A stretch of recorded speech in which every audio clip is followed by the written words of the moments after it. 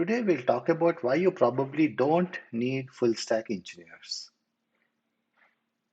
A founder approached me some time back saying, I'm hiring engineers, should I hire a full stack engineer? And my answer was no. Because a full stack engineer is just someone who's good at both front end and back end. Of course, there are people who are not and call themselves full stack engineers. We're not talking about those fake full stack engineers. We're talking about someone who's actually good at multiple things. So instead of hiring such a person, I told the founder, you can hire someone who's good at front end and someone who's good at back end. These are two different skills you need in your startup.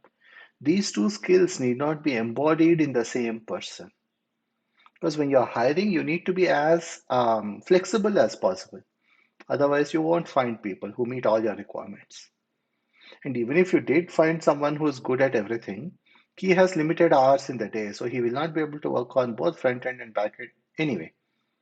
So this is why you should, when you're hiring for a role, you should ask yourself, what skills do I need for this role? And be okay with people who have some of those skills. Unless it is required for the same person to have multiple skills.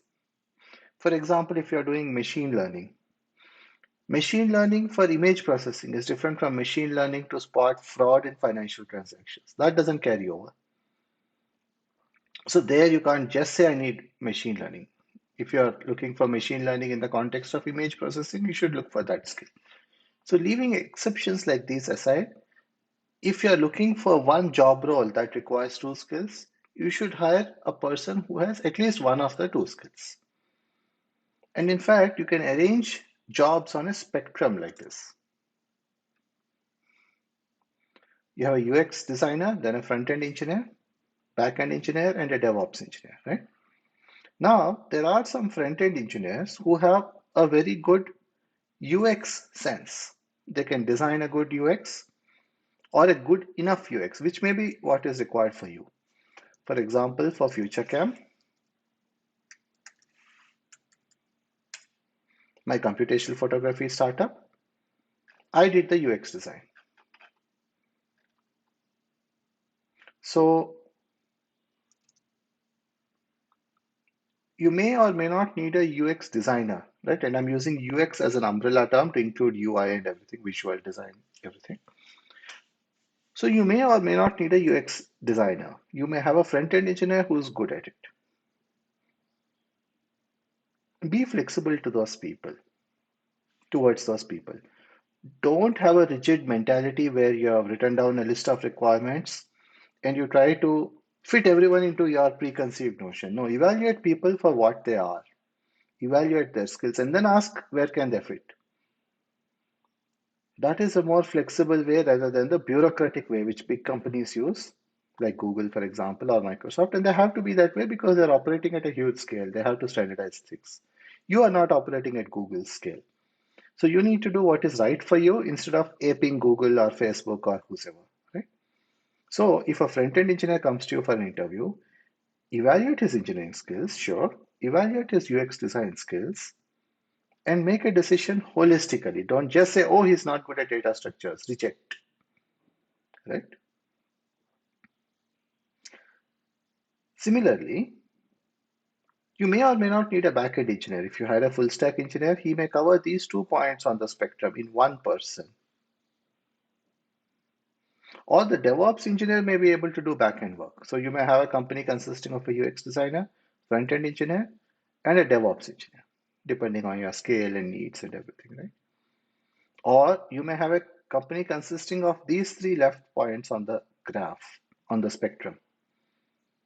And the backend engineer can do DevOps, right? So things fall in a spectrum. People are not points, people are clouds. Evaluate them holistically. Don't boil them down to one point and say, where do you fit? Similarly, an architect, you may need an architect, or you may have someone else doing the job of an architect, like a back-end engineer or an engineering manager or somebody, right? Or a CTO, whoever. If you're looking to hire a CTO and you get somebody who is very good technically, but doesn't have people management skills, See if you can make a role for him, right? I was talking to a friend of mine who is starting her startup and she is looking for a technical founder.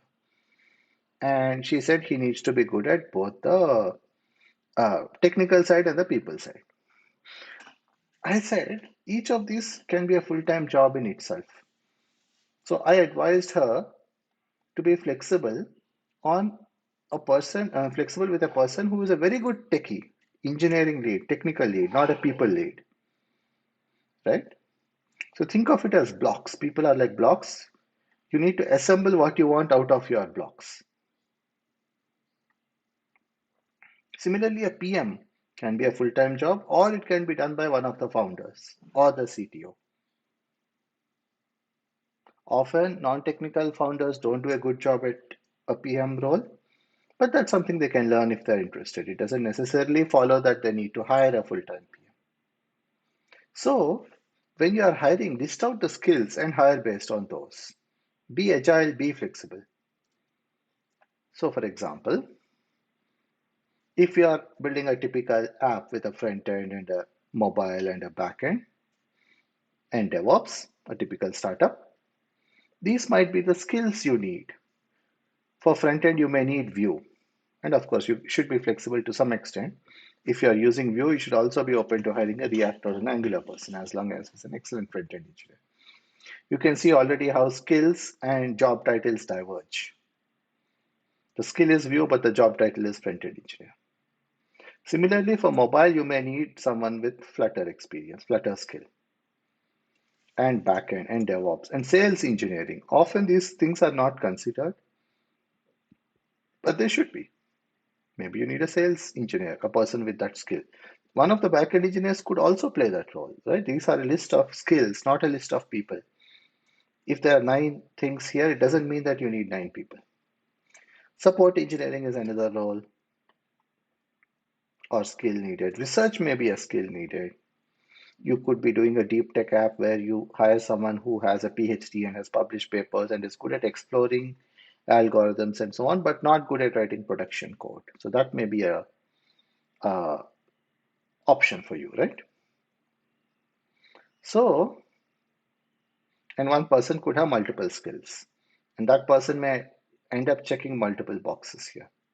So make a list of skills, and prototyping is a skill which is similar to front-end engineering, minus the code quality, minus privacy, security, internationalization, error handling, browser support, backward compatibility, APIs, all these things, right?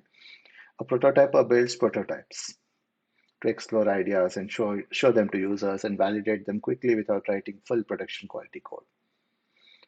This may be a skill you need. And for this skill, you don't need code quality, data structures, algorithms, time complexity, commenting code, structuring it properly into classes. None of those will be needed for this role. So you can see how if you break your requirements down into skills, you may end up hiring people whom you would have otherwise missed. So that is about the prototyper role. In fact, for a prototyper role, not being good at code quality may be a plus because the person who's good at it may think in that way and want to adhere to good code quality practices. So sometimes our skills may be an impediment rather than an advantage. So anyway, the point is, don't think in terms of job titles, think in terms of skills. List out what skills you need in your company and hire for those. If you would like me to advise your company on how to hire effectively, there's a link in the description. Thank you.